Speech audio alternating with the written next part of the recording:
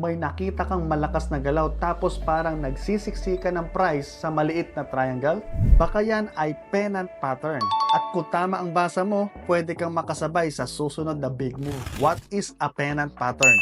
Pennant ay consolidation na masikip at mabilis pagkatapos ng malakas na trend. May flagpole o strong move. May symmetrical triangle na nagsisiksik sa gitna.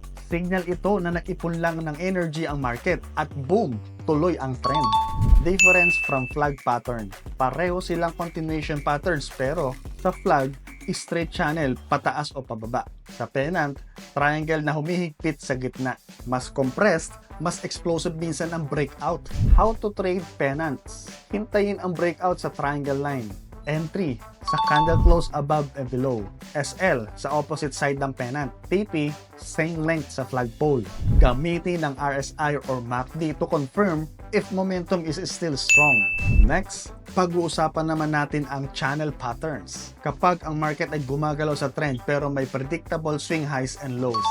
Link na link sa description para sa susunod na episode.